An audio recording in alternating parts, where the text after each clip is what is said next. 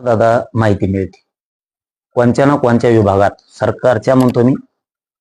प्रशासनाच्या आणि शासनाच्या कोणी ना कोणीतरी असतो की ज्याला वाटतं नाही गरीबाच्या लेकरासाठी लढतोय माहिती मिळाल्यावर सांग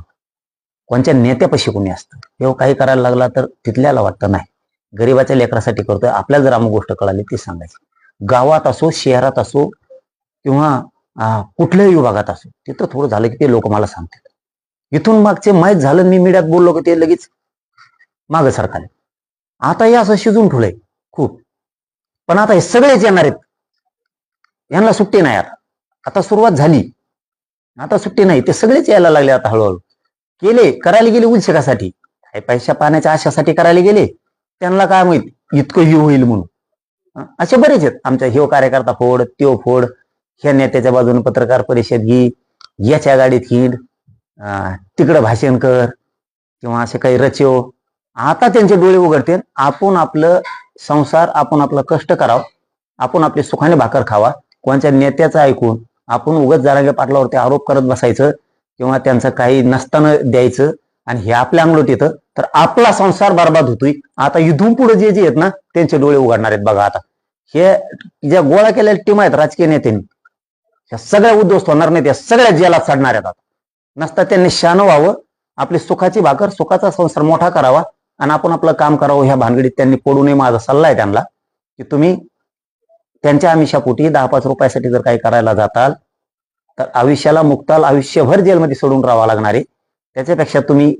उगाच त्यांच्या नादी लागून पुढच्या टोळ्या टीमा जमलेल्या सुधरायला चान्स आहे सुधरा माया वाटावर येऊ नका आणि ताब्यात घेतलेले आहे यामध्ये तुमचा सुद्धा एक जुना सहकारी आहे काय नेमकं कारण आहे की तुमचा सहकारीच तुमच्या विरोधात जातो आणि अशा प्रकारचं कृत्य तो करू शकतो मला बाकीचं काही माहित मला फक्त एवढंच माहिती आहे करून घेणारा आणि त्याच्याबद्दलची भूमिका उद्या काय असल नसल आता ते सगळं पोलीस बघतील ही खूप मोठी साखळी आहे लहान नाही आहे तुम्हाला वाटतं इतकं साधन आहे गंभीर प्रकाराने नाही खूप मोठा डाव आणि कट आहे हे काय 1-2 असं नाही ही खूप मोठी साखळी आहे त्यांचं कामच आहे एखादा जर शरण नाही आला तर त्याला बदनाम करायचं मग बदनाम करण्यासाठी कोणाला पत्रकार परिषदा घ्यायला लावा कोणाला खोटे व्हिडिओ बनवायला लावा कोणाला खोट्या त्या रेकॉर्डिंग तयार करायला लावा ते टाक पण स्वच्छ मनानं सच्च्या मराठा समाजासाठी काम केलं मी प्रामाणिक केलं म्हणून आता हे काहीतरी डाग लावायचा हितकोटाने करायचे पण हे कधीच यशस्वी होऊ देणार बी नाही आणि हे नियतीला मान्य पण नाही की तुम्ही चांगलं काम करणाऱ्याला अशा स्वरूपाचं बदनाम कराल समाज माझा एवढा येडा नाही की तुम्ही खोटे नाटे आरोप करणार किंवा खोटं नाटं ही करणार यांना काही सापडणार नाही ते तसलं ते काही सापडा बाकीचं मग शेवटी ते काय म्हणतात ना खून घातपात हत्या काय म्हणते त्याला याच्यावर आले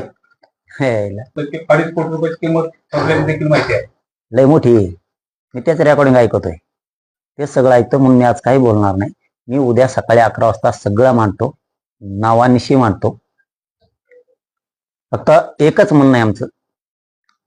गृह मंत्रालयानं म्हणजेच फडणवीस साहेबांना याच्यात आता बारकाईने लक्ष घालणं गरजेचं आहे याला किती वेळेस माफ करणार असं जर होत राहिलं तर सरकारला सुद्धा बट्टा आहे डाग आहे त्याच्यामुळं आता शेवटच्या कडीपर्यंत जा आणि आता मात्र याचा शेवट करा आमचं सांगायचं काम होतं आम्ही तर सांगितलं आम्ही सांगितलं बा असं असं झालंय बघा चौकशी करू तुम्ही अटक करा चौकशीला घ्या त्याला नका घेऊ आमचं काय नाही आमचं काम आम्ही केलं तुम्हाला सांगायचं त्यांना मी कायद्याला मानतो लोकशाहीला मानतो पुढचा प्रश्न मुख्यमंत्री बघतील उच्चस्तरीय करायचं का सखोल आधी तपास करायला लावायचा आहे मला तर वाटतं शेवटच्या बुडापर्यंत कोणी पण असू देते जालना जिल्ह्याचे पोलीस अधीक्षक साहेब टंगडीला धरून ओढून आणतील इथपर्यंतची खात्री आहे नाही झालं तर पुढे बघू नेत्याला अटक करावी अशी तुमची मागणी आहे का या प्रकारे जो कोणी आहे नाव तर तुम्ही घेतलेलं नाही का जो कोणी आहे हे बघा मी कधी काय म्हणतात ना ते बोलायला लागलो ना पोटात ठेवतो आणि इकडे ठेवतो उद्या सरळ करणार मी सगळं क्लिअर काय ते काय करायचंय ते पोलीस प्रशासन ठरवत गृह मंत्रालय ठरवून मुख्यमंत्री ठरवतील, फडणवीस साहेब ठरवतील, आमचे शिंदे साहेब आहेत, अजितदादाही लक्ष ठेवून असतील याच्यावरती. बघूया काय काय होतंय, काय काय नाही सांगण्याचं काम होतं. प्रशासनाला अगोदर सांगणं गरजेचं होतं. जर तुम्हाला माहीत झालं तर तुम्ही का सांगितलं नाही, म्हणून आमची प्रक्रिया आम्ही पुरी केली. मी त्याच्यात का बोलत नाही तर तो तपासाचा भाग, त्याच्या तपास सुरू आहे, त्याच्यावरती आता ते सखोल घेतील ना सगळं. उद्या सकाळी 11 वाजता तुम्ही पत्रकार परिषद घेणार असल्याची माहिती आहे. काय काय तुम्ही या पत्रकार परिषदेमध्ये सादर करणार? नाही, आता सकाळी सगळं देतो ना तुमच्या समोरच. 11 वाजता मीडियाच्या बांधवांच्या समोरच सगळं होणार. पण एक सांगतो बेटा, तू लय चूक केली, लय चुकीच्या ठिकाणी हात टाकला. तू नेता म्हणूनच वागायला पाहिजे होतं, तू खूप चूक केली.